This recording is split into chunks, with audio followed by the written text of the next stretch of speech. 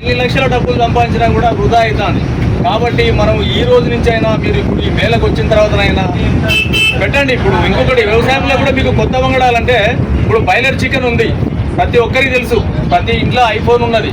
మనకు వచ్చే మన పిల్లలు 6 సంవత్సరాలకు 7 సంవత్సరాలకు మన ఆడపిల్లలు పెద్ద మనుషులు అవుతారు. దేనివల్ల అవుతారు? బాయిలర్ చికెన్ వల్ల మనం వాడే జీన్ మామిడిఫైడ్ రైస్. పూర్వము మనకు ఈ సామ మసూరి, విజయ మసూరి అనే బియ్యం లేవు మనకు. ఇప్పుడు ఇవన్నీ వచ్చిన తర్వాత మనకు అనారోగ్యాలతో పాటు ఆర్థికంగా కూడా నష్టపోతున్నాం. ఇలా మీరు 40 క్వింటాలు 50 క్వింటాలు పండించి ఒక అమ్మాయి డెలివరీ కావాలంటే హాస్పిటల్ ఎంత ఖర్చు అవుతుంది, ఒక ప్రెగ్నెన్సీ కావాలంటే ఎంత ఖర్చు అవుతుంది, ఒకసారి మనం హాస్పిటల్ పోతే ఒక కిడ్నీ ప్రాబ్లం అయితే ఎంత ఖర్చు అవుతుంది, ఒక లివర్ దెబ్బతింటే ఎంత ఖర్చు అవుతుంది, మానసికంగా కుటుంబం ఎంత ఇబ్బంది పడుతుంది. ఇంతకుముందు మన అయ్యకు మనం తలగొరు పెట్టేందుకు మనం మిగిలినాం.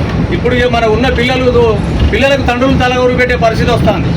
ఈ మందుల కూడు తినడం వల్ల మెంటల్గా మైండ్ మ్యాచర్ అయితే లేదు. ఒక పిల్లగానికి తండ్రి చెప్పే పరిస్థితి లేదు.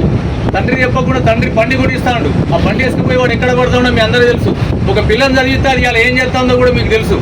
ఈ పరిస్థితులలో మీరు ఈ రోజు నుంచి అయినా కొంచెం ఆలోచించుకొని ఈ జీన్ మాడిఫైడ్ రైస్ అనేది యూనివర్సిటీలో తయారైన విత్తనాలు కాకుండా మన తాతల తండ్రులు కొన్ని విత్తనాలు తయారు చేయించారు. మీ అందరికీ తెలుసు. ఇంతకుముందు మన ఆనకాయ ఎట్లుండేది? ఆనకాయలు నీళ్లు పట్టుకొని పోయేటోళ్ళం మనం. ఇప్పుడు వచ్చే ఆనకాయలు నీళ్లు పట్టుకోగలుగుతామా? ఇంతకుముందు మన బీరకాయ ఎంత టేస్ట్ ఉండేది? ఇంతకుముందు మన రాములకాయలు పచ్చిమిరపకాయలు గోలించుకుంటూ రోడ్లో నూరుకుంటే ఎంత టేస్ట్ ఉండేది? ఇప్పుడు ఆ పరిస్థితి ఉందా మనకు? ఆ పరిస్థితి లేకుండా పోయింది. ఎంతమంది ఇళ్ళ కరివేపాకు చెట్లు ఉన్నాయి చేయలేకుండా? ఎంతమంది ఇళ్ళ నిమ్మ చెట్టు ఉన్నది? ఎంతమంది ఇళ్ళ నిమ్మ చెట్టు? ఓకే, సంతోషం. ఇలాంటివి మనం చిన్న చిన్న ట్రిక్స్ ఇవి వాడడం వల్ల కొంతవరకు మనకు ఆరోగ్యము సహకరిస్తుంది. రాబోయే రోజుల్లో మనకు పిల్లలకు ఆశ్రయించుడు కాదు, ఆరోగ్యాన్ని ఇవ్వాలంటే ఇప్పటి నుంచైనా మీరు ఈ సాంబ మసూరి, విజయ మసూరి బియ్యం కావు. మనకు వచ్చే రోగాలలో 50% బీపీ షుగర్లు రావడానికి కారణం సాంబ మసూరి, విజయ మసూరి బియ్యం. మీరు పెట్టుకోదలుచుకుంటే దేశీ విత్తనాలని కొన్ని ఉంటాయి. భూమి మీద మానవులు పుట్టినప్పుడు భగవంతుడు ఏమి ఇచ్చిండంటే పక్షులకు పనులు ఇచ్చిండు. వాటికి రోగాలున్నాయా? ఏ పక్షి కన్నా హాస్పిటల్ ఉందా? జంతువులకు గడ్డి ఇచ్చిండు. మన అయ్యా ఎన్నడు కూడా గవర్నమెంట్ హాస్పిటల్కు గొడ్డదావకానికి ఎద్దును తీసుకుపోలే. ఇవాళ మన పరిస్థితి ఏమున్నది? అయిపోయిందా? తాడి చెట్టుకి ఎవరన్నా మందేస్తానరా? చిత్తపలక చెట్టుకు ఎవరన్నా మందేస్తానరా? చింత చెట్టుకు ఎవరన్నా మందేస్తానరా? ఈ ఏ చెట్టుకు అడవిల చెట్లకు మందు లేనప్పుడు మనము భూమి మీద ఎందుకు మందు పోసి భూమి ఆరోగ్యం ఖరాబ్ చేసి ఆ భూమిలో వచ్చిన పంట తిని మనం ఎందుకు ఆరోగ్యం ఖరాబ్ చేసుకుంటాం? ఈ పరిస్థితి రాకుండా ఉండాలంటే ప్రతి ఇంట్లో ఒక ఆవును పెంచుకోండి. ఆవుతో పాటు మన ఇంట్లో 4 కోళ్ళు పెంచుకోండి. రోడ్డు మీదకి పోతు రైతు 366 రోజులు రైతు కూరగాయలు ఉంటే పావు కిలో కూరగాయలు ఉంటే వాడు జోకేదే 200 గ్రాములు వస్తాయి. ఇంట్లో 4 ఉంటే ఒక్క పూటకు సరిపోదు. 2వ పూట 3వ పూట ఏం తిందాం? మన ఇంట్లో కూరగాయలు పండితే మనం కడుపు నిండా తింటాం, ఆరోగ్యంగా ఉంటాం. మనం రోడ్డు మీద రైతు ఇప్పుడు A to Z పోయి రోడ్డు మీద కొంటే 366 రోజులు కొంటే నువ్వు ₹1,00,000 సంపాదిస్తే నీ కూరగాయలకే 60-70 పోతున్నాయి. మనకు పల్లెటూరు నుంచి పాలు సిటీకి పోవాలి.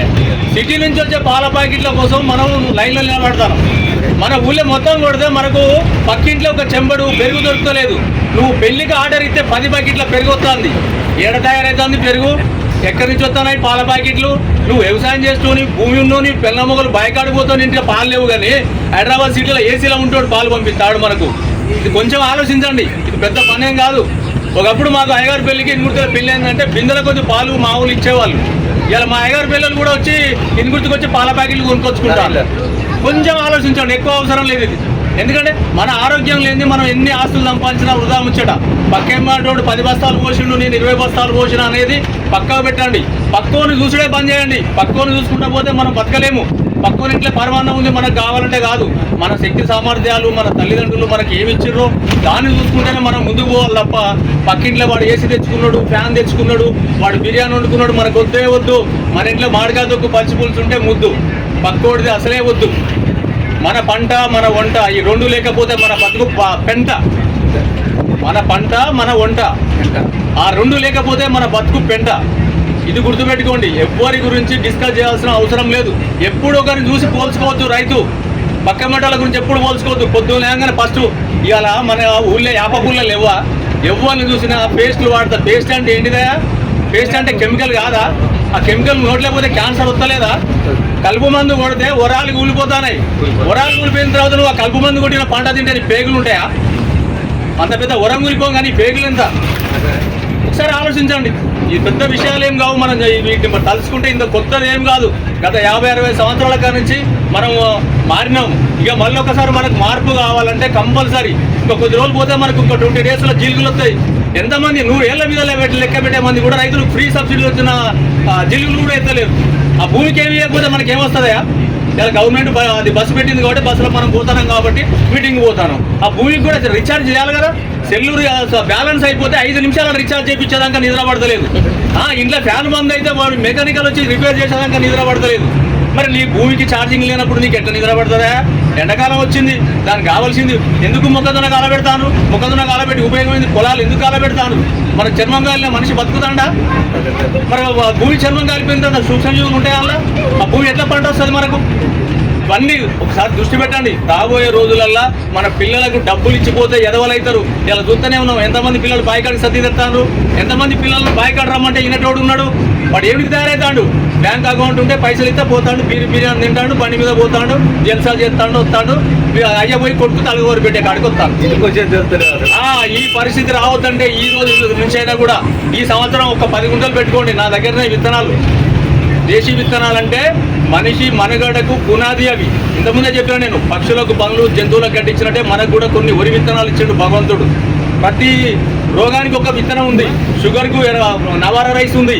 చిన్నపిల్లల ఎదుగుదలకు మైసూరు మల్లిక ఉన్నది, కుచ్చిపట్టాలి అని ఇట్లా రకరకాల పేర్లు ఉంటాయి. అవి ఆ పేర్లన్నీ మన దగ్గర ఉన్నాయి. నేను గత కొన్ని సంవత్సరాలుగా చూస్తున్నా, చాలా మీటింగ్ కండక్ట్ చేస్తున్నా. మంచి మంచి సాధువులు, మంచి మంచి ఈ మన ఆర్గానిక్ వ్యవసాయంలో 6 తేదీల దగ్గరికి వెళ్ళిపోయి నేర్చుకున్నా కాబట్టి మీకు నేను మాట్లాడే అవకాశం దొరికింది కాబట్టి మాట్లాడుతున్నా. ఈ సంవత్సరం నుంచి ఒక 10 గుంటల అవకాశం ఉంటే పెట్టుకోండి. ఆ 10 గుంట మీరు వేయకండి. మందులు అవసరం లేదు. మందు లేకుండా దాని రోగాలు కూడా రావు. మీరు పక్కా జీలుగులు వేయండి, నవధాన్యాలు చల్లండి. ఒక 10 గుంటలల్లా మీ ఇంటి మందం పెట్టుకోండి. అమ్మడం కోసం పెట్టకండి. ఆ తర్వాత మీకు అనుభవం వచ్చినాక పెట్టుకుందరు. కానీ ఈ సంవత్సరం నుంచి అయినా మనం మీ అందరితోటి ఈ రోజు నాకు మాట్లాడే అవకాశం దొరికినందుకు చాలా సంతోషపడుతున్నా. అందరికీ నమస్కారం.